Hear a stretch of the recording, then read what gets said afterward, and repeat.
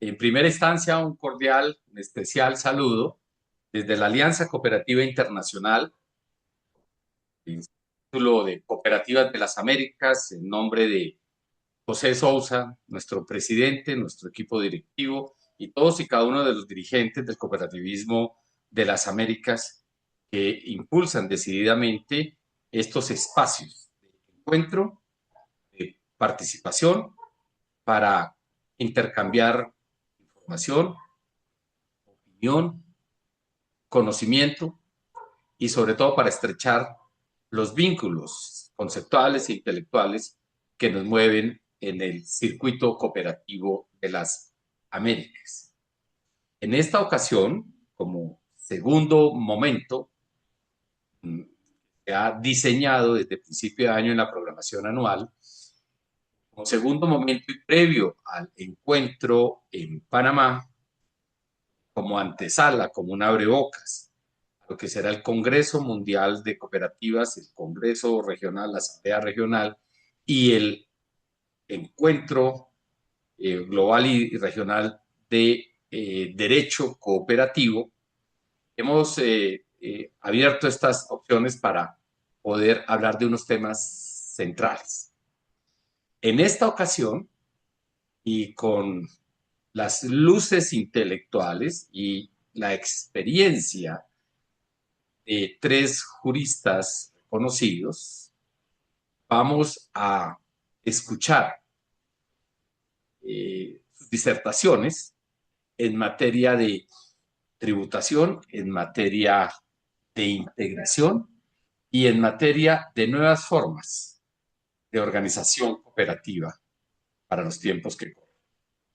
Nos acompañan en el día de hoy como expositores Santos Pomar, Ligia Rojana y Graciela Fernández. Cada uno de ellos, al momento de iniciar su intervención puntual de 15-20 minutos, hará una pequeña síntesis de su amplia hoja de vida para concentrarse entonces en los temas que les hemos recomendado y les hemos pedido el favor que nos presenten en el día de hoy. Y será muy grato eh, poder compartir las opiniones, las recomendaciones de ustedes. En un momento en que el cooperativismo local y global y regional requiere de tanta estudio, de tanta reflexión y de creación, o diríamos mejor en el cooperativismo, de co-creación para relanzar el modelo, el movimiento y la acción cooperativa hacia los siguientes décadas del siglo XXI. Sin más precedentes, sin más preámbulo, le cedo la palabra a Ligia Rosana. Bueno, pero antes no puedo dejar de hacer lo siguiente. Mi reconocimiento, mi gratitud, mi admiración de siempre a Dante Cracoña, quien sin lugar a dudas es no solamente motor, es cerebro, son vasos comunicantes venosos, es el hígado, pero también es el corazón de que en América Latina tengamos estos espacios frecuentemente para conversar temas jurídico-cooperativos, de sociología jurídica, de cooperativismo, de desarrollo y de tantos escenarios maravillosos. Dante, gracias por mantener viva la llama y por lograr que tantas personas como en esta tarde estamos viendo se estén uniendo, a pesar, por ejemplo, aquí en Colombia veo a varios colegas que no están en este momento jugando nuestra selección, estamos también pensando en el presente, pero sobre todo en el futuro cooperativo. Entonces, cedo la palabra a Ligia Rosana o a ti, Dante, y un cordial saludo y quedamos expectantes de seguir aprendiendo, de recibir su conocimiento. Bueno, entonces, muchas gracias, don Carlos Acero. Usted que es el enlace de la Comisión de Derecho Cooperativo con el Consejo de Administración de Cooperativas, pero bueno, como hemos visto, en primer lugar, nos dio un enfoque sistémico del doctor Dante Cracoña, ¿verdad? Sin esa integración de don Dante, no tendríamos ni siquiera la posibilidad de que aquí ahora en este momento Centroamérica estuviera participando con ustedes por medio mío en Costa Rica. Muchísimas gracias, doctor. Les damos la bienvenida a los expositores, a, a Santos Kumar, quien solamente hago una pequeña introducción, pero él es el director de la legislación de la Alianza Cooperativa Internacional, a don Gustavo Sosa, que es el representante en este momento de el Centro de Estudios de Economía Social de la Universidad 3 de Febrero de Argentina, y a nuestra querida expositora, doña Graciela Fernández, quien está ahora en el ente estatal, ¿verdad?, que dirige las cooperativas en Uruguay y que nos va a hablar también de esa integración que buscan hacer. Entonces, la forma en que vamos a trabajar es que tendremos de 15 a 20 minutos para exponer, y luego vamos a, cada uno se va a ir deteniendo. Yo, bueno, les puedo hacer un aviso antes de que se cumplan los 15, lo dejamos que antes de que se cumplan los 20 minutos, 2 minutos antes les estaría avisando, por aquello de que tengan que exponer más de lo que uno quisiera. A veces cuando uno empieza a hablar ya no puede parar. Y luego pasaríamos a oír las consultas o las observaciones de los que nos están escuchando, a los que también se les hace un afectuoso saludo cooperativo y se les agradece por estar aquí con nosotros, promoviendo el desarrollo del derecho cooperativo. Y al final, pues entonces haceríamos un cierre. Entonces vamos a empezar con este, el doctor Santos Kumar, quien va a exponer sobre la fiscalidad de las cooperativas. Adelante, don Santos. ¿Sí? Thank you very much, Madam Ligia Roxana. It's firstly, allow me to bring the warm cooperative greetings of our President, Dr. Ariel Guarco, also the Director General of ICA, Mr. Jeroen Douglas, and also roughly 70 staff members who work in the ICA ecosystem across 4 regions, 8 sectors, and several working groups around the world. Firstly, also, please pardon me. I apologize for not being able to speak Spanish. I am not very confident yet, but I hope that in the future I will be able to converse more naturally with you. It is really my greatest honor. I am not mincing my words. I really feel that it's my greatest honor to be able to present on matters related to cooperative law to this august audience in this region. For it has an inspiring cadre of cooperative lawyers, thanks to Professor Dante Garconia, thanks to people like President Graciela Fernandez, and several other lawyers in the region whom I don't know about. I think it is, as a foreigner, as a person who is outside the region, I see a constant evolution of cooperative law thanks to the Americas region.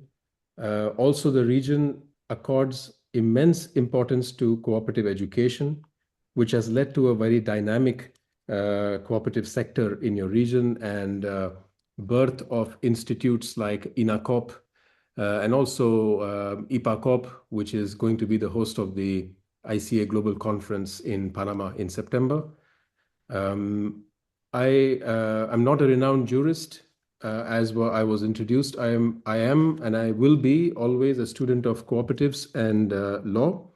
And also that, just to give you a couple of words about my introduction, I am Indian. I grew up in India for 33 years. At the moment, I work in the global office in Brussels. And perhaps it's because of my unabashed passion for the International Cooperative Alliance and international law.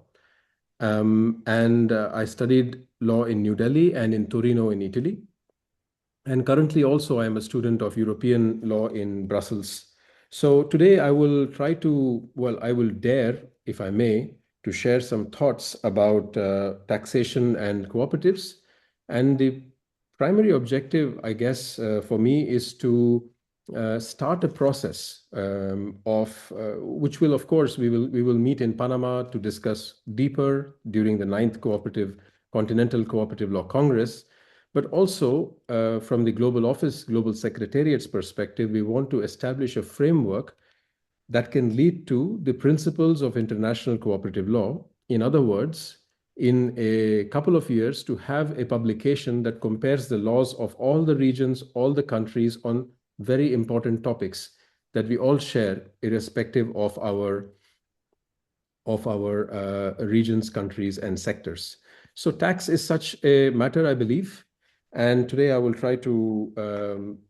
attempt at making some observations as a student of law and cooperatives. So firstly, we talk about, should cooperatives receive tax privileges? Of course, all of us, I'm sure, agree that that is the wrong question to ask. It is not privileges. We are talking about cooperatives receiving or being offered an adequate tax treatment. Let me also tell you that this translation that you see on the screen is machine translated. So any inadvertent mistake or error, please forgive me for that. So we were talking about it not being privilege, but adequate tax treatment. We all recognize that cooperatives, from the very beginning of the cooperative idea in the 18th century, in the 19th century, and even before, is a model of limited returns. It is of slow and patient growth, and it inadvertently contributes to sustainable development. So the central question, if I may, to be posed is, what is the correct tax treatment of an enterprise whose purpose, ownership, governance, capital structure, and surplus allocation are materially different from investor-owned companies whose objective is to maximize profit for their shareholders, and more often than not, at any cost? Now, ICA, as you all know, defines cooperatives as an association and also as an enterprise, because the definition of cooperatives, according to the ICA statement on the cooperative identity, starts with an autonomous association. It ends with an enterprise, with a strong emphasis on it being a mutualistic union of members. Now, I will take you to the realms of public international law, where we often rely on the International Covenant on Civil and Political Rights. 175 member states of the UN have ratified this international covenant, making it legally binding in these states. That very clearly establishes the fundamental right to form associations and the right to form unions to all citizens of the world, especially those who are within these 175 countries. I go back to my own country, the Constitution of India, which is a culmination of, or rather it has been inspired by several constitutions in the world. Perhaps it is the largest constitution in the world. It has drawn the Bill of Rights from the United States, the directive principles of state policy from Ireland, liberty, equality, fraternity from France, fundamental duties from Russia, and so on. So this constitution, in its Article 19(1)(c), until the year 2011, provided the same right as the Covenant on Civil and Political Rights, the right to form association and the right to form unions. But in 2011, on the eve of the first International Year of Cooperatives, it included as a fundamental right the right to form cooperatives to all citizens. What this means is that if there is an authority, a public authority, that restricts anyone's right to form a cooperative, that anyone, that single person or a group of persons, can go to the highest court of the land and challenge the decision of such a public authority to stop the formation of cooperatives and genuine cooperatives. And within that realm and with that inspiration, I would like to present that tax laws, the consequence of tax laws for cooperatives in a nutshell, which is basically the essence of my presentation, is this.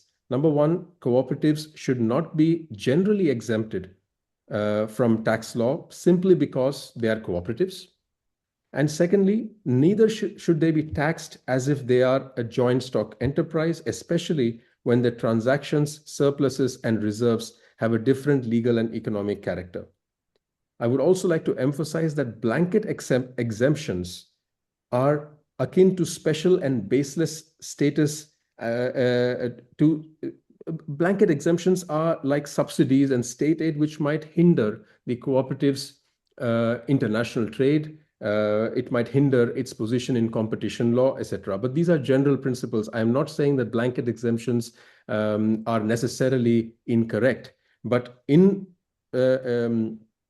theory, the argument is that we don't want tax privileges. We want adequate, fair taxation that the cooperative enterprise model deserves. Now, the statement of the cooperative on the cooperative identity is a set of structural rules. There are, of course, the principles that govern the cooperative enterprise model around the world, but they are also structural rules that affect the taxable capacity, the income attribution, capital remuneration, and they establish boundaries between member transactions and market transactions. The key, I think, aspect of cooperative taxation is this. Now, member economic participation, a key principle which affects taxation. And why does it affect taxation? Is because it includes common property. It defines limited compensation, if any. It also discusses surplus that may be allocated to developing the cooperatives and building reserves, part of which may be indivisible. And also, it conveys that member benefit in proportion to the transactions or other member-approved activities also have a special characteristic.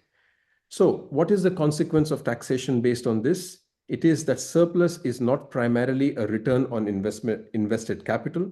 It is rather an adjustment of the price arising from member use and the cooperative activity, a concept that has been pioneered and applied very well in the Americas region. And also that the surplus is very different from dividends that companies share with their shareholders depending on the share capital. Similarly, democratic member control also indicates that when members are users or workers or producers and not investors according to capital, this weakens any misconstrued arguments that cooperative surplus is simply corporate profit to capital. So the members' activity with cooperative is essential in establishing the tax treatment for a cooperative in general theory. Also, education, training, and information. Without going into too much details on the slide, we are witnessing the fall of the greatest cooperative colleges and education institutions in the world at this very moment.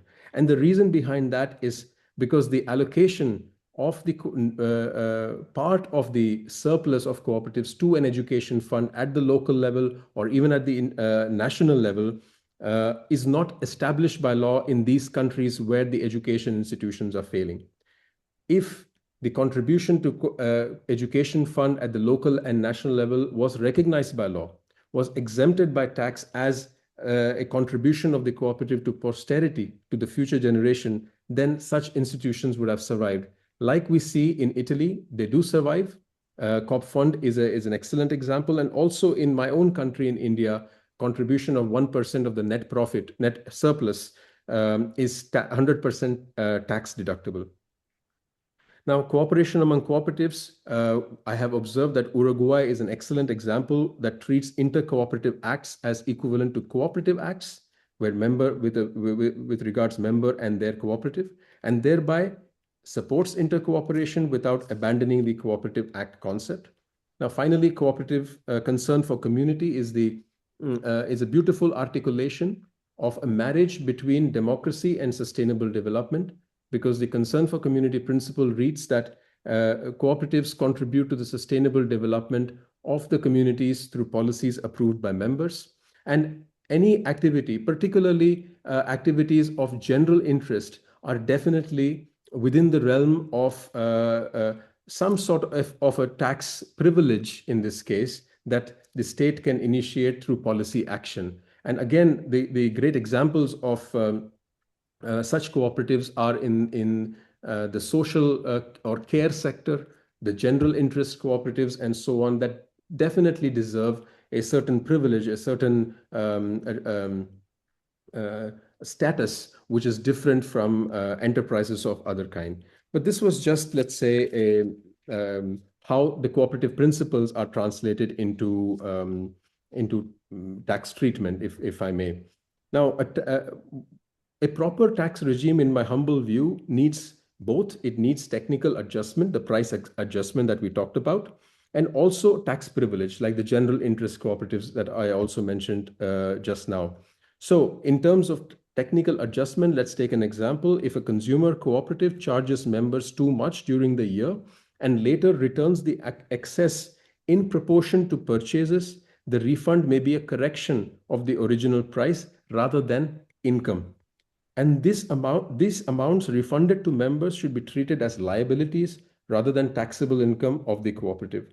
And by contrast, a reduced tax rate for all cooperatives, because they are socially useful, is a policy incentive. The birth of social cooperatives in Italy, again, if I may, had to be promoted by the state, because the state wasn't able to deliver the services that that persons who were vulnerable required. And by forming cooperatives, by incentivizing the formation of cooperatives, especially by giving a special tax privilege, I think the state did a good service to the cooperative movement and evolved the cooperative sector further in that country. So again, technical adjustment and tax privilege are two different things, but a proper regime recognizes both. In my country, agricultural income is normally tax exempt. So agricultural cooperatives are generally tax exempt, irrespective of the member transaction, irrespective of the technical adjustment. Why is that? Because India has to feed 1.4 billion people, of which 85% are very poor. Therefore, cooperative enterprises that are in the agriculture sector are doing much more than being simply enterprises. Now, the general tax theory applied to cooperatives. We talked about cooperative principles. We've talked about the specific cooperative law on taxation. Now, if you look at the general tax theory, when it's applied to cooperatives, it is 5 basic, let's say, pillars that I would like to highlight. Number 1 is equality or horizontal equity. Equal situations should receive equal tax treatment. Guaranteeing equality requires treating differently what is different and equally what is equal. Ability to pay. Income tax should fall where there is income that reflects taxable capacity. If a cooperative only returns to members an overcharge or underpayment, then that cannot be construed as income, and therefore income as an investor company, and therefore it should not be taxed. And I would just like to point out to the moderator that I have, I think, 3 to 4 minutes left, so I will try to wrap up. The third pillar is neutrality, that taxation or tax regimes should not create artificial incentives that promote the formation of fake cooperatives or cooperatives for the sake of getting these tax benefits. Let me give you a startling example of a country that I am in right now. In Belgium, till very recently, the big 4 accounting firms, EY, Deloitte, KPMG, and McKinsey, I suppose, were all registered as cooperatives, whereas they were just partnership firms. The reason why they did that was in the hope of a certain incentive, a certain, not necessarily a tax incentive, but certain incentive. And I believe the incentive was easy entry and easy exit. That is a false, let's say, interpretation of the open and voluntary principle. But anyway, to emphasize that fake cooperatives should also be thwarted, should be restricted, and neutrality and objectivity is essential in tax regime is what I have observed. Fourth, substance over form. A member transaction, a patronage refund, an indivisible reserve, a non-member sale, and an investment return are not the same thing. The core, the irreducible core of the cooperative enterprise, and in particular the transaction, the core, irreducible core, member transactions, patronage refund, and indivisible reserve are different. They are, this is beyond the cooperative type itself. So the tax regime has to apply the general tax theory, irrespective of the cooperative form, to these aspects that eventually, that coincidentally form the irreducible core of the cooperative enterprise. Then lastly, anti-abuse and administrability. A cooperative tax regime must be clear enough to the tax authorities to administer and be strict enough to prevent investor-owned businesses from disguising themselves as cooperatives. So this is also speaking to the issue of neutrality.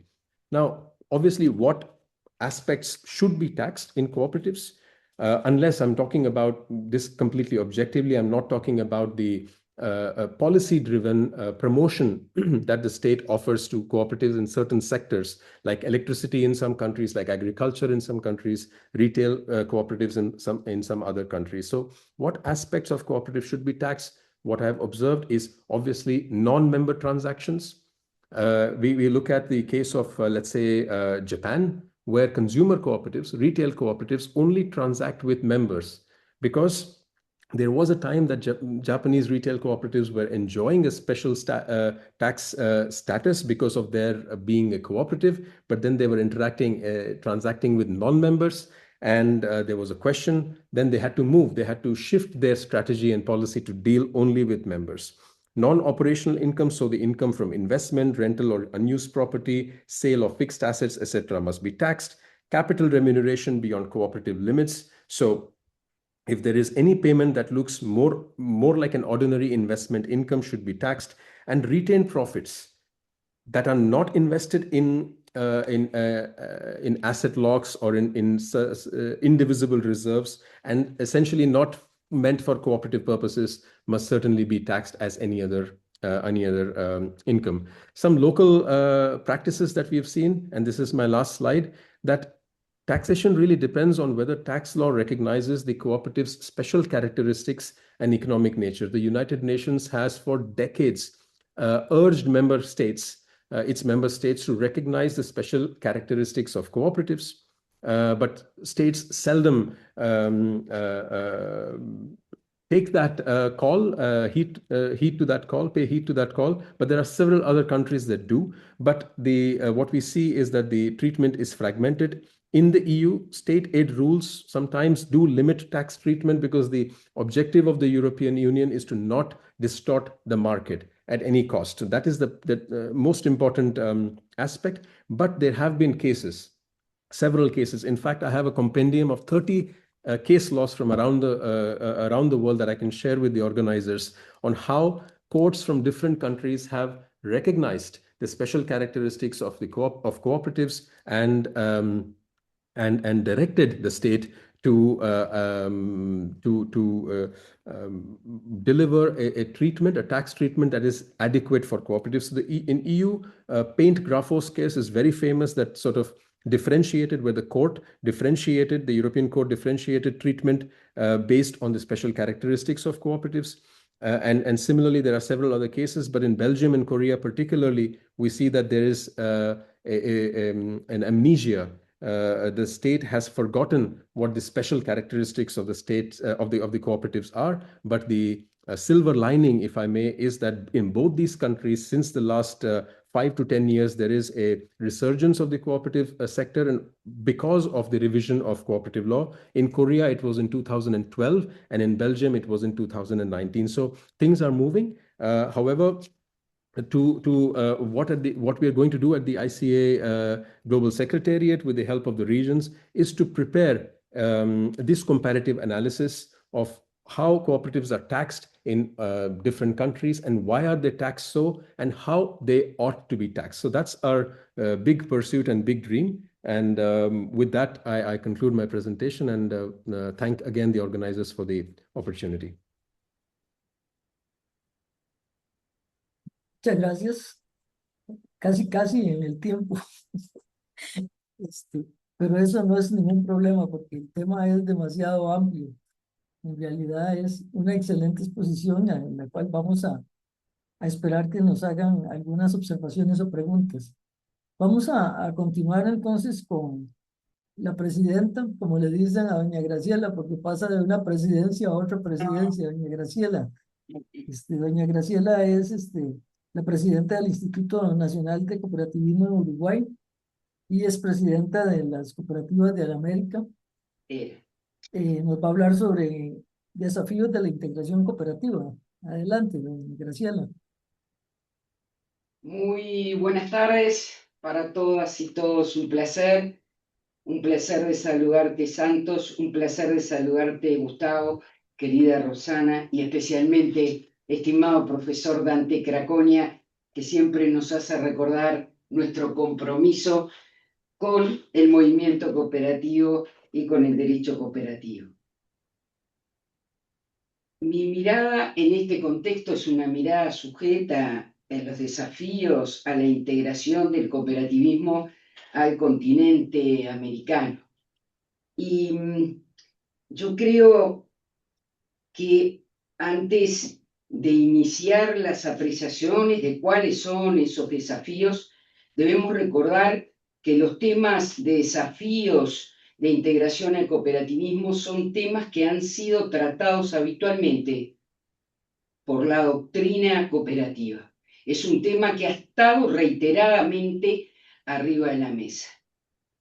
Se han hecho excelentes investigaciones. Una de ellas es el partenariado de Unión Europea con Cooperativa de las Américas, en esa alianza de la Unión Europea con la Alianza Cooperativa Internacional en el 2021, con excelentes definiciones de integración, casos y prácticas y buenas prácticas de la intercooperación o integración cooperativa. Por lo tanto, los invito a dirigirse a esa lectura porque realmente es válida. Hoy, América se encuentra, como el mundo entero, en un contexto marcado por profundas transformaciones geopolíticas, tecnológicas y productivas. Y hace unos días, José Manuel Salazar, el secretario de CEPAL, el 12 de junio del 2025, señaló que América Latina y el Caribe ha logrado identificar muchas de las brechas que limitan su desarrollo. Sin embargo, el desafío ya no consiste solo en precisar qué transformaciones son necesarias, sino en construir las capacidades para conducirlas, implementarlas y sostenerlas en el tiempo. Y no hay duda que aquí las cooperativas están llamadas a jugar un rol protagónico en la transformación productiva de América Latina. Para crecer y desarrollarse, las empresas cooperativas deben considerar el contexto de los procesos de integración regional y globalización. Y para ello uno de los puntos claves es continuar asegurando su identidad. No hay duda que la sustentabilidad de las mismas va a pasar por la identidad cooperativa. En el estado actual hay un concepto clave que señalaba en la intervención el otro día escuchando al doctor Henry, que es este concepto clave de la internacionalización del derecho cooperativo. Y en el tema de intercooperación e integración es para señalarlo. Nunca tuvimos, como en el último quinquenio, resoluciones claves desde Naciones Unidas para el desarrollo cooperativo y de la economía social. Hemos sido nominados 2 veces Año Internacional de las Cooperativas.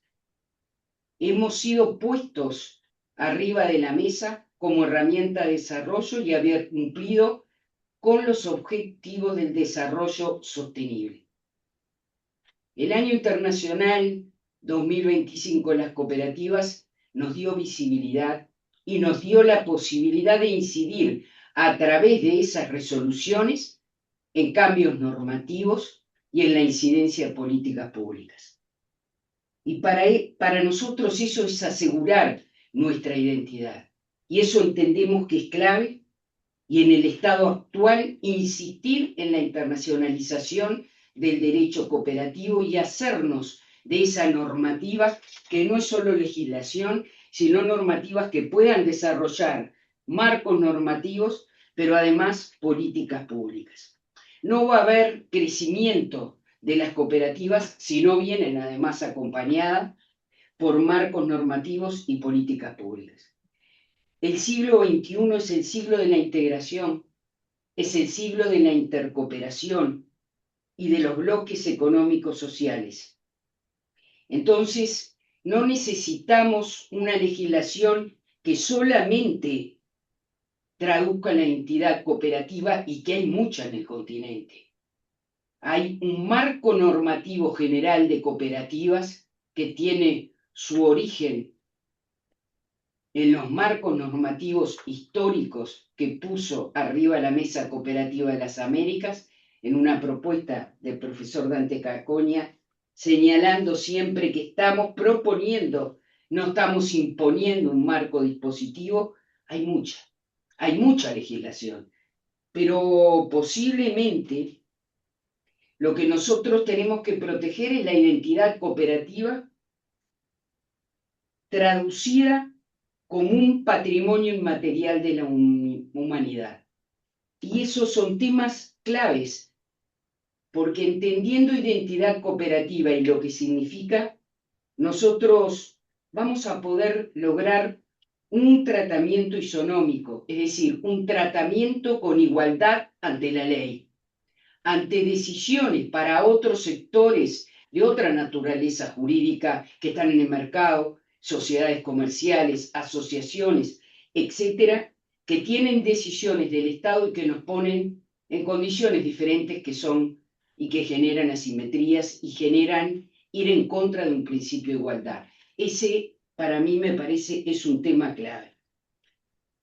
Y estamos convencidos de que hay legislación suficiente, posiblemente haya que adaptar la legislación a algunos de los cambios importantes que hoy todos sabemos que están. Hablemos de digitalización, hablemos de inteligencia artificial, hablemos de plataformas, lugares donde el cooperativismo, en virtud de ese principio democrático, es el gran desafío para su desarrollo. Pero los valores y principios deben ser los orientadores del accionar cooperativo para lograr un desarrollo sostenible. Cooperativismo, competitividad y viabilidad económica no son ideas contrapuestas, sino son ideas complementarias. Si bien tenemos mecanismos de ley que han sido innovadores, como tenemos corporaciones cooperativas, hay participaciones con interés, secciones cooperativas, creaciones de institutos de fomento, de control, de desarrollo, la creación de fondos para el desarrollo en general. Estos no son suficientes para lograr estabilidad de las cooperativas en territorio.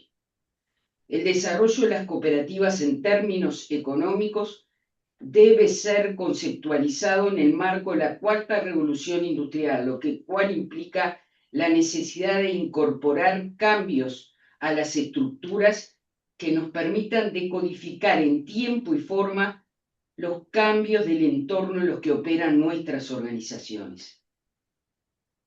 Hay 140.000 cooperativas en el territorio de las Américas. La riqueza que generan las cooperativas no queda necesariamente en el ámbito cooperativo y de la economía social y solidaria.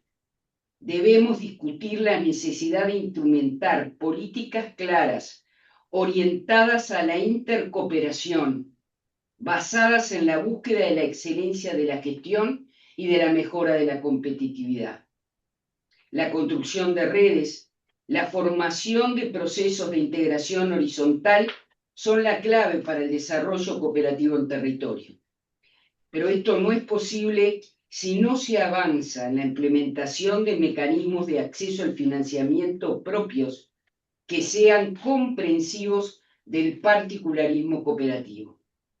Esos mecanismos deben ser centralizados en el marco de una política pública, facilitadora de la construcción de redes entre cooperativas, entidades públicas vinculadas al gobierno nacional y departamental, organismos internacionales, entidades del movimiento cooperativo internacional y demás entidades vinculadas conceptualmente y filosóficamente a la idea de la economía social y solidaria.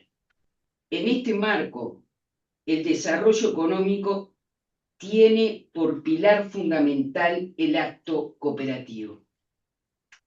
No visto como el espacio formal del conflicto entre clases, sino como el espacio para la construcción del bien común, el cual depende también de la generación de condiciones para el desarrollo económico de las cooperativas.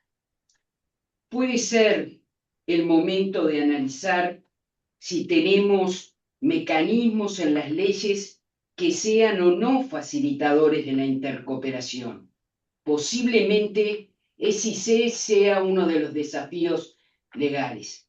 Hay países en Europa que han traducido, sin lugar a dudas, Santos, que domina mucho más este tema que yo, el tema de intercooperación en legislación. O si por el contrario la misma debe ser reformulada o complementada con un capítulo especial en las organizaciones que permita tratar el tema de la intercooperación estructurada desde el acto cooperativo, como una parte central de la política pública para consolidar el desarrollo de las cooperativas de la economía nacional. Para nosotros es clave mejorar el posicionamiento de las cooperativas en términos económicos. Y a veces es verdad que ubicar el posicionamiento de las cooperativas en términos económicos muchas veces se debe diferenciar claramente de la promoción del desarrollo económico. La promoción tiene por centro la difusión del cooperativismo como forma de organización de la relación trabajo-capital a partir de principios y valores propios. Pero el desarrollo requiere que se analice y se actúe sobre condicionamientos estructurales que permitan el crecimiento de las cooperativas. Tenemos causas internas que están vinculadas a la cultura organizacional de cada cooperativa y sus sistemas de gestión, y eso es cierto. Pero las externas, en gran medida, están relacionadas a las políticas públicas y a la visión estratégica del propio movimiento cooperativo. Sin visión no hay desarrollo posible. Sin acciones concretas no hay construcción de alternativas. Sin mecanismos de financiamiento propios no hay forma de construir lógicas de escala y, por tanto, de internacionalización de productos. Por ello, si hoy hablamos de desarrollo sostenible, basado en el crecimiento económico de las cooperativas con responsabilidad social, hoy tenemos que hablar necesariamente de la intercooperación. Una intercooperación que adopta diferentes formas de expresión. Intercooperación entre los institutos públicos para viabilizar el comercio entre las cooperativas de la región. Tema hoy clave en la zona sur de nuestro continente y con otros invitados de la zona geográfica de Latinoamérica, como va a ser el tema Unión Europea-Mercosur. Intercooperación entre cooperativas de distintas clases que permitan el diálogo entre cooperativas de productores y de consumidores. Intercooperación entre organismos internacionales y cooperativas en territorio, donde la seguridad alimentaria se vincula con las cadenas de distribución y comercialización de alimentos, es decir, con cooperativas de consumidores. Hay ricas experiencias en nuestro continente sobre ese tema y creemos, y lo hemos visto en trabajos conjuntos de la FAO con la Cooperativa Obrera Argentina, son temas y prácticas que debemos mostrar y que debemos replicar en los distintos países. No es posible analizar la acción de las cooperativas por fuera de las cadenas globales de valor en las cuales están insertas. Y para eso se precisa intercooperación, apoyar la intercooperación, apoyar la integración regional y el fortalecimiento gremial de las organizaciones cooperativas en nuestro territorio. El desarrollo cooperativo debe avanzar en 3 espacios coordenados y coordinados, vinculados a la producción, al comercio y a los servicios, dialogando entre sí, creando redes y vínculos sociales que deben traducirse en acuerdos económicos si queremos incidir en una economía basada en lo social. Gracias y un placer de estar compartiendo con ustedes. Muchas gracias, doña Graciela. Ha cumplido excelente su tiempo y nos ha dejado con un montón de tareas, aunque sea que ahora gracias al trabajo del doctor Dante Cracoña estamos muy bien interrelacionados en derecho cooperativo. Y ese es un gran avance en la parte de la legislación. Bien, le damos la palabra a nuestro último expositor, el doctor Sosa. Él es de la Universidad Carlos III de Argentina. Adelante. ¿Qué se nos hizo? Aquí Aquí, estás, Gustavo. estamos, Roxana. Te habías desaparecido de la No, pantalla. aquí estamos. Buenas tardes. Muchas gracias. No introduje tu tema. Me disculpas. Voy Sí, a introducirlo. Un momentito. adelante, Roxana. Gracias. El doctor Carlos Sosa y Gustavo Sosa. Gustavo, hoy no te queremos. Estamos enredándote. Perdóname. Nos va a exponer sobre las nuevas formas de organización cooperativa. ¿Estamos bien? Así es. Adelante. Estamos muy bien. Gracias. Bueno, no, gracias a usted, Roxana. Gracias a Santos, a Graciela, a Cooperativa de las Américas, Cero, al doctor Dante también por esta invitación. Y ahí vamos a exponer. Cuando hablamos de nuevas formas de organización cooperativa, a ver, no vamos a traer una novedad de último momento. Vamos a hablar de formatos que ya tienen en algunos países muchos años, incluso décadas de desarrollo, y en otros países sí, un desarrollo mucho más incipiente, como es en el caso particularmente de Argentina, de las cooperativas de múltiples actores en particular. Vamos a orientarnos sobre todo en una línea más de las cooperativas sociales, de integración social, pero lo que implica múltiples actores, cooperativas mixtas o de múltiples actores, también abarca otros escenarios, como recién justamente Graciela hablaba de articulación entre productores y consumidores. Cuando hablamos de pluriactorialidad o multiactorialidad, estamos señalando en derecho cooperativo un universo de perfiles de los roles de las personas, ya sean en el lugar de trabajadores, de usuarios, incluso de la participación de otras organizaciones, de entidades públicas, privadas, de voluntarios, todos ellos confluyendo, dependiendo de cada una de las conformaciones, dentro de una misma cooperativa. Un escenario obviamente complejo, desafiante, pero que tenemos experiencias muy concretas y la primera, digamos, la inicial, la que abrió el juego, vino de un lugar que justamente es Italia, a finales de los años 70 del siglo pasado, con las cooperativas sociales. Los procesos de tratamiento distinto de las personas usuarios de los sistemas de salud mental, los procesos de desmanicomialización, llevado adelante por profesionales de la psiquiatría como Basaglia y sus seguidores, llevaron adelante, digamos, un proyecto que terminó redundando en la generación de cooperativas donde los usuarios de estos sistemas de salud mental se incorporaban en el desarrollo de actividades económicas, en la medida de sus posibilidades y acompañados por profesionales, familias, otras personas que desarrollaban su actividad o tenían ya un oficio formado. De allí llegamos hasta 1991, donde se reconoce en Italia una ley especial para estas cooperativas, las cooperativas sociales, después de 2 décadas de desarrollo, y esta es la primera regulación que encontramos significativa en nivel legal en un país, en la cual se integran dos tipos de categorías en particular. Nosotros particularmente vamos a hablar más de la categoría B, digamos, de las cooperativas sociales del tipo B, que son aquellas que desarrollan actividades productivas de servicios, pero en las cuales hay un porcentaje, dependiendo cada uno de los países, o en este caso de Italia, el 30% como piso, de trabajadores que se encuentran dentro de públicos o de sociedades desfavorecidas, dice la ley. La terminología es de la ley.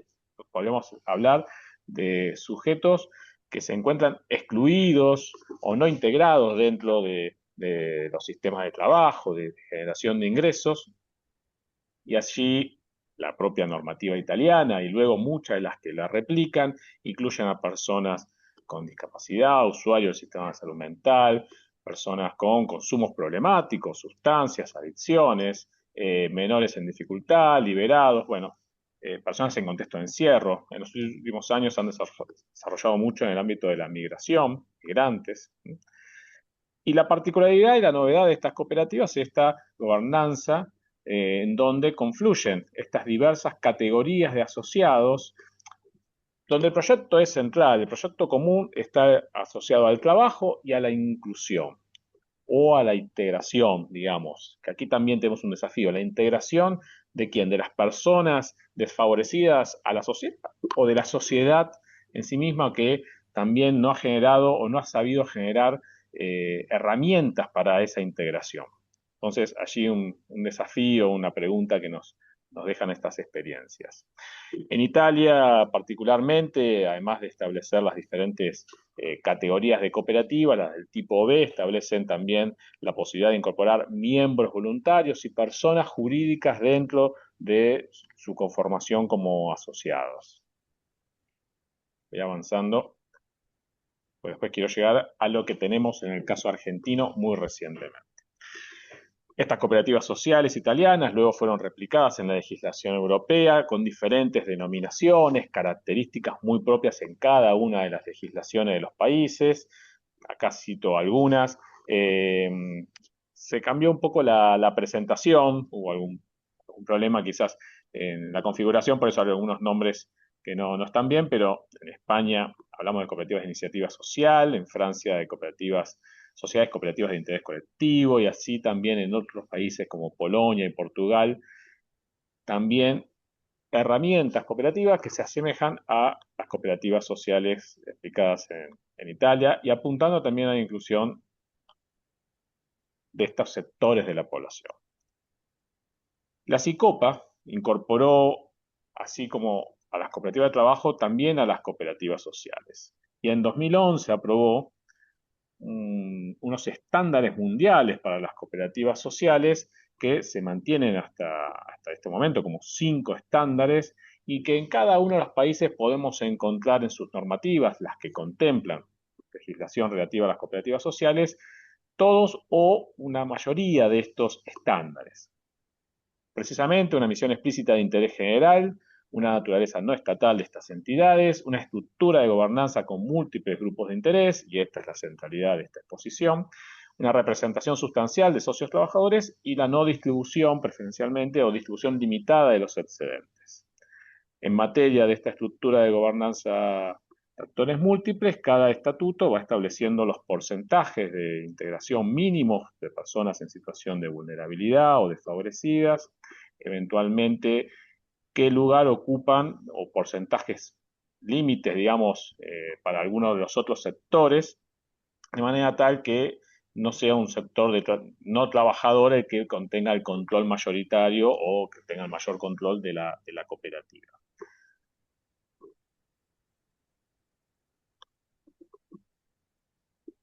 Llegando a América, una referencia importante son las cooperativas de solidaridad, establecidas en el siglo pasado, fin del siglo pasado en Quebec.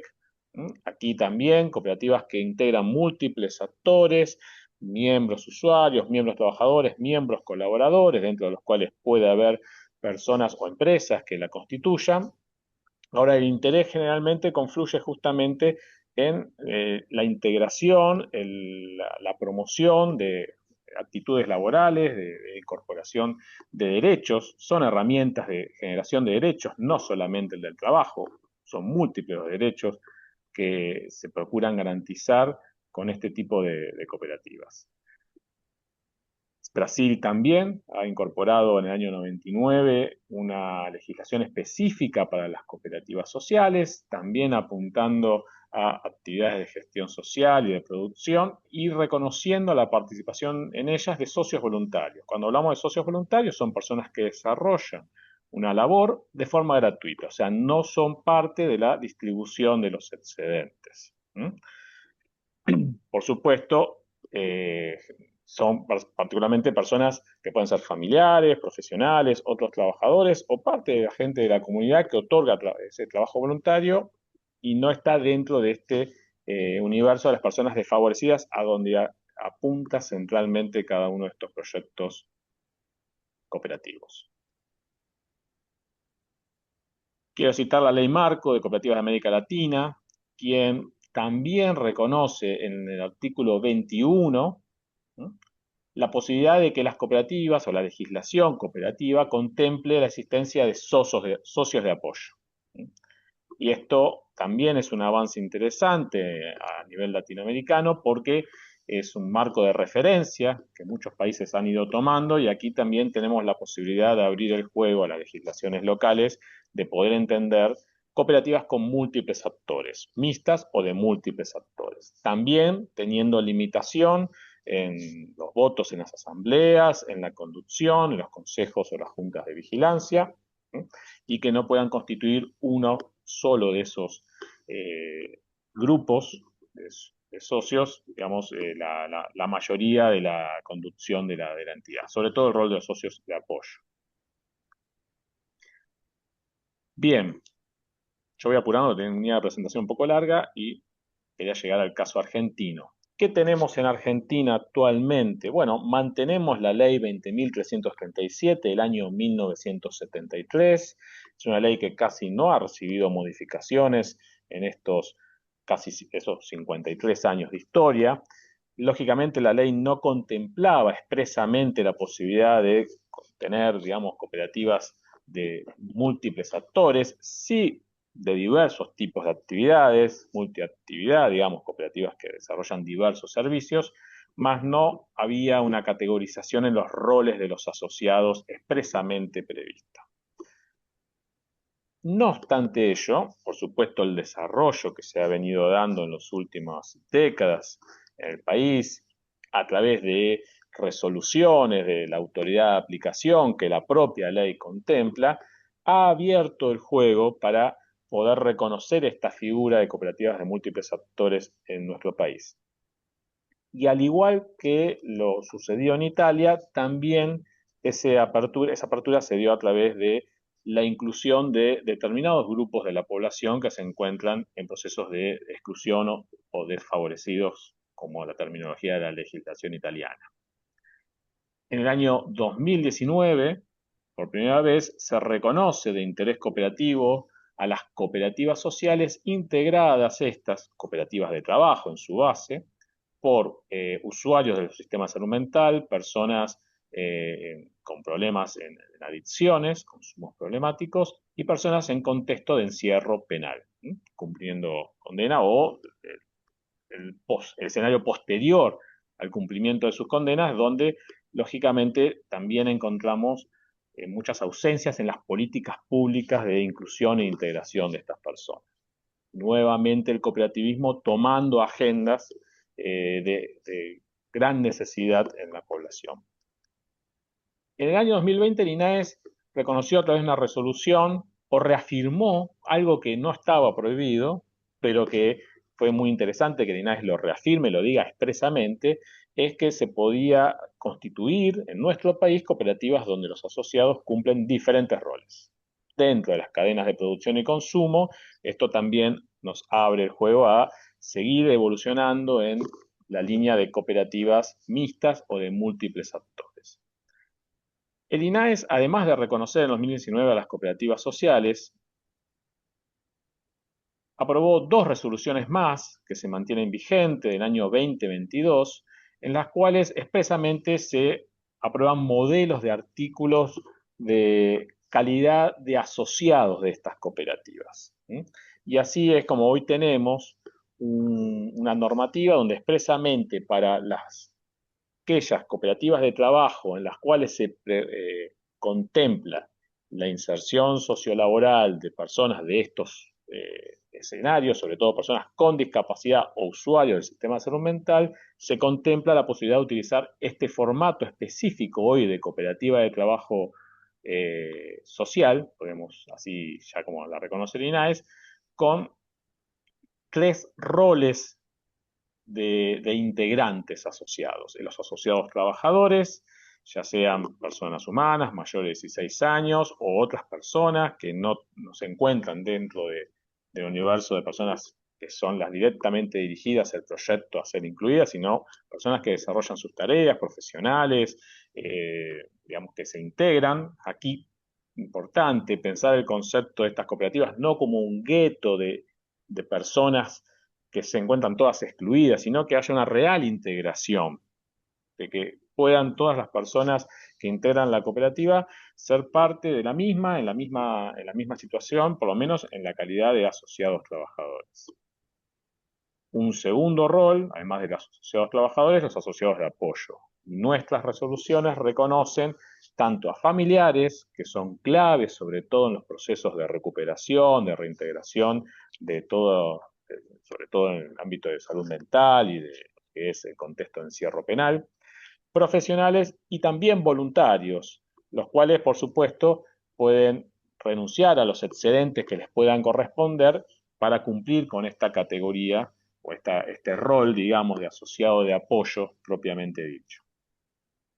La resolución también entendió necesario reconocer situaciones muy concretas que se venían dando, como el apoyo de algunas áreas de los estados nacionales y provinciales, y también reconoció a otras entidades, otras personas jurídicas que pueden integrarse en estas cooperativas, así sea un municipio, un hospital relacionado al ámbito de la salud mental, que pueda ser asociado ya como organización de apoyo en este tipo de cooperativas. La resolución establece, además de estas categorías, formas de establecer la representación, de ser parte o no en la distribución de los excedentes. Y, por suerte, estas resoluciones han dado lugar a experiencias. Debemos decir que estas experiencias fueron las que trabajaron, también incidieron en que el INAES emita estas resoluciones, y aquí citamos solo algunas de unas cooperativas de trabajo sociales que hoy contemplan esta conformación con diversos actores asociados con un mismo fin. En este caso específico, la integración social de personas usuarias del sistema de salud mental con discapacidad para poder no solamente acceder al trabajo y al ingreso que esto implica, sino también a una multiplicidad de derechos que todo ello trae consigo, desde el turismo, el derecho al turismo, la recreación, etc.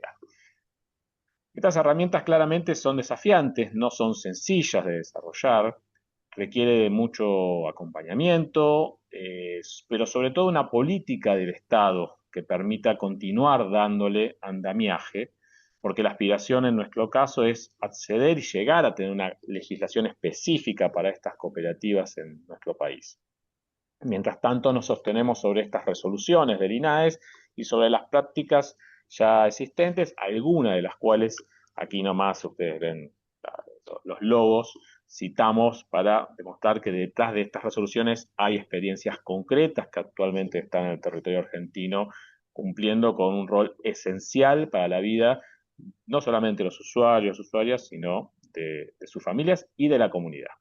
Estas cooperativas claramente para nosotros son clave también para un desarrollo de una articulación que vamos a tener que tener en mayor medida en nuestros territorios y que permite que grandes cooperativas u otras organizaciones sean parte en la incubación, el acompañamiento propiamente, ya sea como asociadas de apoyo, organizaciones de apoyo, con lo cual también allí tenemos una agenda importante para el cooperativismo mundial, en particular en este caso para el cooperativismo argentino, acompañando el desarrollo de estas incipientes experiencias de cooperativas sociales en nuestro país.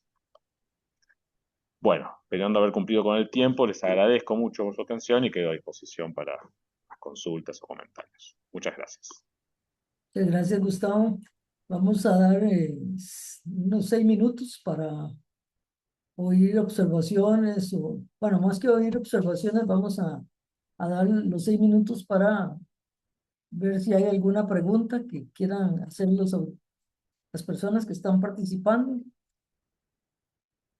Hay una consulta en el chat dirigida a Santos, pero es sobre la legislación mexicana. Es muy amplio, el tema va más allá del objeto de esta webinar. Entonces, sería como concretar a los temas que se han expuesto, los que deseen participar. María José, no sé si usted nos puede ayudar en esto. Ujú. Si me Sí, claro. permite, si me permite la coordinadora, yo quisiera hacer una brevísima intervención. En primer Claro. lugar, para agradecer las exposiciones de los tres ponentes, porque cada uno de ellos en el ámbito de su tema tiene la más reconocida autoridad para hablar. En primer lugar, nos ha hablado Santosh Kumar, que tiene una visión del tema de la tributación cooperativa que se le da su amplia experiencia internacional a través del cargo que desempeña como director de legislación de la Alianza Cooperativa Internacional. Evidentemente, Santosh está sobre un mirador que le permite una visión panorámica universal del tema y se ha concentrado en los hitos fundamentales de esta problemática que no es de ninguna manera sencilla. Por otro lado, Graciela Fernández nos ha hablado de integración cooperativa. ¿Quién mejor que ella, que ha sido la presidente de la Confederación Uruguaya de Cooperativas, la presidente de la Organización de las Cooperativas de América, de la Alianza Cooperativa Internacional, y actualmente presidente del Instituto Nacional de Cooperativas de Uruguay? Es decir, que tiene una visión muy amplia y poliédrica de la integración cooperativa desde los más distintos puntos de vista y enfoque. Esta experiencia es única. Y por fin, el doctor Gustavo Sosa nos ha hablado de las cooperativas sociales o de estas nuevas formas de organización cooperativa. Sosa no las ha aprendido en un libro. Está trabajando desde hace años, primero como fue miembro del Instituto Nacional de Asociativismo y Economía Social como asesor legal. Luego, como profesor en la Universidad de 13 de Febrero y en el Centro de Estudio de Economía Social de esa casa de estudios. Pero además, asesorando directamente a quienes están en la construcción de estas nuevas experiencias cooperativas que son totalmente novedosas en nuestro medio. Y ha escrito sobre este tema. Tiene un libro muy interesante sobre la cuestión. De manera que afortunadamente hemos tenido una visión de primera mano de los protagonistas de cada uno de estos temas. Yo tendría muchas preguntas para hacerle, pero solamente para no exceder el tiempo, solamente quería destacar la pertinencia de estas intervenciones, porque nos han dejado una serie no solo de informaciones, sino de inquietudes para la reflexión sobre los temas que han presentado. Así que simplemente gracias a ellos por su participación. Muchas gracias, doctor Cracoña. Si alguna otra persona gusta participar.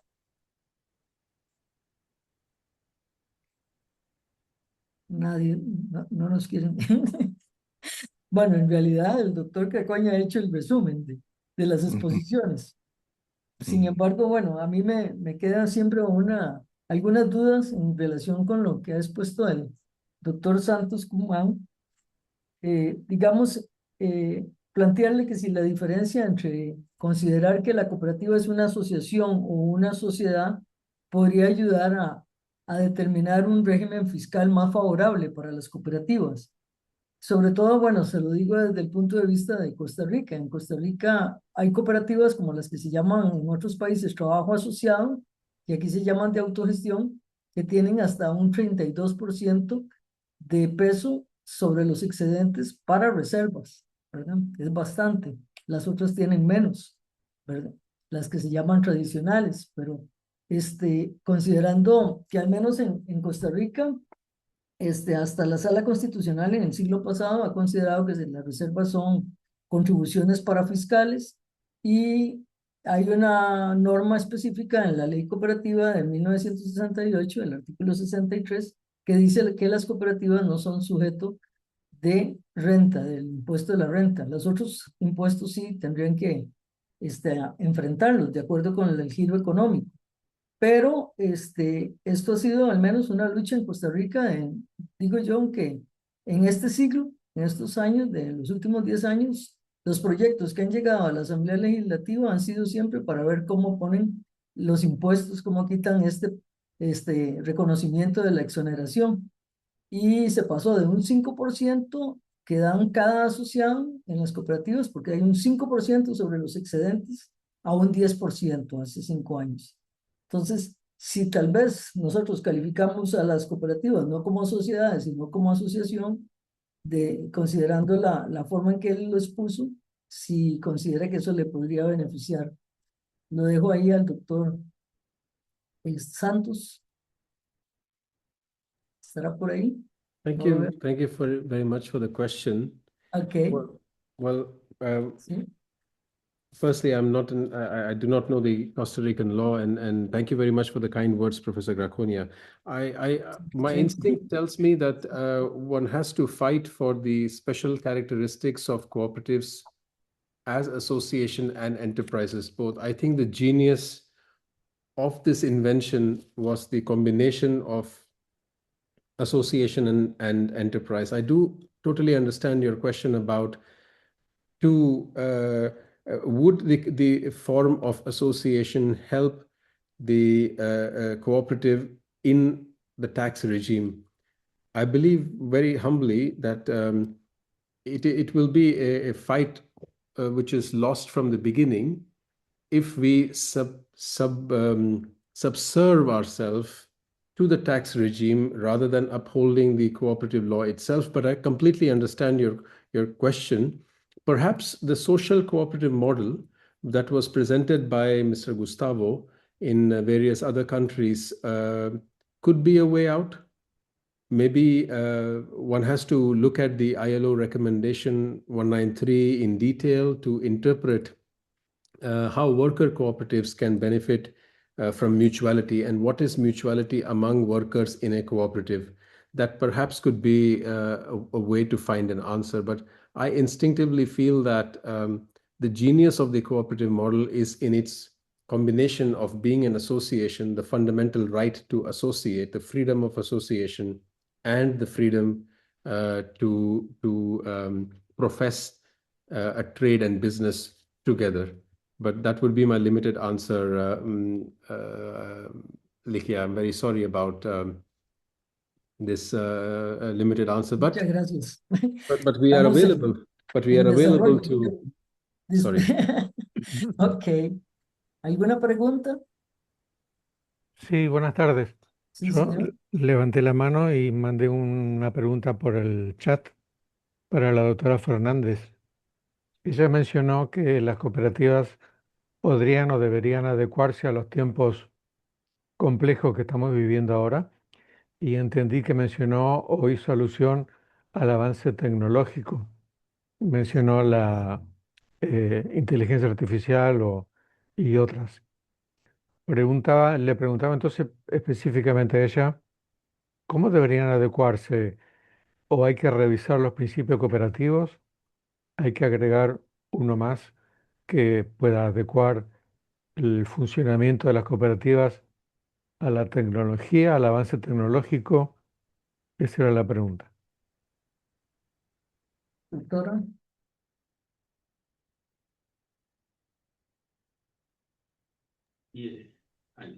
Muy bien, un placer de escucharlo. En realidad, nosotros marcamos en ese tema, es cierto, entre los desafíos que tiene el movimiento cooperativo a nivel internacional, no solo en nuestro continente presenta algunas cuestiones en ese tema, es el tema de la digitalización. ¿Cómo se enfrentan las cooperativas? Y un tema a estos temas. El tema es que la desigualdad digital que existe en el continente es un fenómeno complejo y multidimensional, que no solo puede reducirse al acceso a Internet o a los dispositivos de conectividad o a los dispositivos tecnológicos. Las oportunidades digitales dependen también de las personas, cómo estén preparadas para desarrollarlas. Para mí, ese es un tema clave. Por lo tanto, nosotros necesitamos las políticas de inclusión digital. Y en ese caso,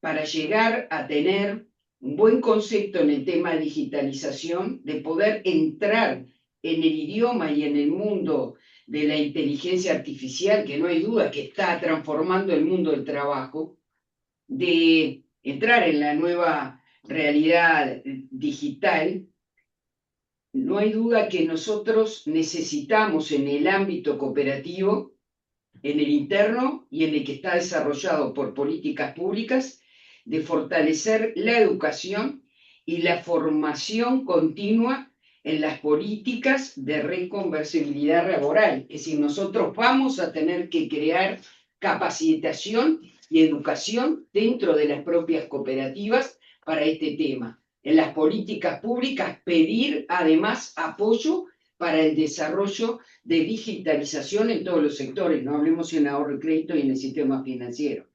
Es decir, las cooperativas están llamadas a cumplir un rol protagónico en todo lo que es transformación productiva, y esto está atado a la transformación productiva. Yo no necesito ningún principio diferente de los que tengo.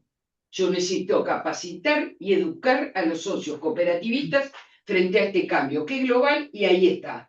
Para que productivamente pueda crecer en mi desarrollo económico, tengo que tener buena conectividad, buena digitalización, buena capacidad a mis socios cooperativistas para que puedan entender el tema y desarrollar lo que es inteligencia artificial, y un mercado laboral que tiene transformaciones. Pero además creo que somos los indicados por el principio democrático para entrar en el mercado de las plataformas cooperativas, que hoy está dominado por determinados sectores. Nosotros tendríamos que ser la contracara importante para desarrollar las plataformas cooperativas. Creo que sinceramente creo que no necesitamos ningún principio. Sí, capacitación, educación y formación, y entender que tenemos un desafío ahí. Necesitamos presencia, como hay ejemplos importantes. Y me acuerdo que en Sevilla tratamos el tema, que me corrija el doctor Dante Cracoña, pero el tema de las plataformas cooperativas fue tratado allí. Es uno de los grandes desafíos para las cooperativas de trabajo y para todo el sistema cooperativo. Creo que tenemos que tener presencia allí. Pero es educación y formación y capacitación. Muchas gracias, doctora. Muchas gracias. A concluir, porque hay incluso preguntas para el doctor Dante Cracoña, pero él no estaba como expositor. Sin embargo, él lee el chat y le puede contestar a la persona con mucho gusto. Al fin y al cabo, pues, de todas las exposiciones que hemos tenido, partimos de un interesante planteamiento que nos hizo el doctor Kumar, en el sentido de que él nos hace la gran pregunta: ¿cuál es el tratamiento fiscal correcto para una empresa cuyo propósito, propiedad, gobernanza, estructura de capital y asignación de excedentes son sustancialmente diferentes a los de las empresas de propiedad de inversores? Indudablemente, aquí no hay duda de que el hecho de, como él nos plantea, que considerar que las cooperativas van a estar exentas solamente por su propia naturaleza de cooperativas, no, lo tienen que ganarse el espacio para llegar a tener una fiscalidad adecuada, porque también, como les decía, hay que considerar que en diferentes países, diferentes legislaciones, pues se aplican muchas reservas a los excedentes, y al final lo que podrían ser la ganancia, el lucro, pues es bastante restringido para determinarse en forma individual, aunque el beneficio que dan en la aplicación de todas estas reservas, sobre todo las de bienestar social o las de formación y educación, pues son increíbles si se considera incluso el aspecto de toda los estudios que se han hecho de su contribución al desarrollo de los ODS. Eh, la doctora Graciela Fernández, pues también nos trae a colación el tema entonces de integración cooperativa y lo basas fundamentalmente en el tema también de las políticas públicas de acceso a esa integración, de financiamiento para lograr esa integración, ¿verdad? Y también, igual que el doctor Kumar, desarrolla su ponencia en el tema básico o el eje, que es la identidad cooperativa y los principios cooperativos. De tal modo que sí considera que uno de los desafíos es el desafío legal para ver si las leyes contemplan tales mecanismos para, basados también dentro del concepto de acto cooperativo, para lograr las formas de intercooperación que ella nos ha dado una gran cantidad de ejemplos que se han venido logrando. Y finalmente tenemos de los temas más novedosos, porque aquí los temas que se han dado en este webinar y en el pasado han sido muy diversos. Y además este planteamiento del doctor Sosa es muy novedoso en el sentido de que si bien hay una ley de Italia de 1970 que impulsó este tipo de cooperativas cuando empezaron a sacar a los personas con problemas mentales de los manicomios, ¿verdad? Hicieron puertas abiertas, me recuerdo eso, ese aspecto, se han ido diversificando también este tipo de cooperativas sociales y él nos da diferentes ejemplos que se encuentran en los países, Canadá, además de Italia y Brasil, ¿verdad? Con cooperativas sociales nos habló exactamente de cómo se ha desarrollado desde el 2019 en Argentina y que se ha multiplicado este esquema y hay múltiples entonces organizaciones cooperativas que no solo tienen personas con una discapacidad mental, sino de algún otro tipo de problema, ¿verdad? De integración social, lo cual indudablemente va más allá de, digamos, les puedo contar, en Costa Rica hay bastantes cooperativas de salud, pero no tienen esa visión de tener integradas personas voluntarias, que este es el aspecto más interesante que se puede dar, que haya voluntariado integrado a la estructura de la cooperativa, pero que hasta llega al punto de su trabajo voluntario de que renuncian a los excedentes. Y esto pues es importante porque renuncian a los excedentes para fortalecer la estructura económica de la cooperativa. En este sentido, pues agradecerle tanto al doctor Acero, a los expositores y al doctor Dante Cacoña, que nos ha apoyado tanto en esta moderación por habernos integrado a todos y haber dado la posibilidad de que nos conozcamos mejor y que estemos mejor preparados para llegar al vecino país de mi país, que es Panamá, en septiembre. Ojalá que todos nos podamos ver y dar un buen abrazo. Entonces, muy buenas tardes y gracias por su audiencia. Hasta luego. Solamente una cosa extra para antes de cerrar, si pueden abrir su cámara para tomar una fotografía, luego le damos la palabra a don Dante para el cierre. Muchísimas gracias a todos. Cuento entonces, 1, 2, 3. Y vamos con otra, 1, 2, 3. Muchísimas gracias. Ahora sí los dejo con el cierre final. No tengo nada para agregar, solamente adherir a lo que acaba de decir la doctora Sánchez Fosa. La cita es en Panamá los días 16 y 17 del mes de septiembre. Ahí nos vamos a encontrar todos para debatir estos y otros importantes temas que desde el punto de vista jurídico inquietan al movimiento cooperativo, no solo de las Américas, sino el movimiento cooperativo internacional, porque junto con el Congreso Continental de Derecho Cooperativo tendrá lugar un simposio internacional de derecho cooperativo. Y ahí tendremos la oportunidad única de escuchar a especialistas de distintas partes del mundo que nos transmitan su conocimiento y su experiencia sobre este tema. Y además de compartir con ellos, de intercambiar ideas, información y de juntos seguir construyendo esta obra que es el derecho cooperativo. Muchas gracias.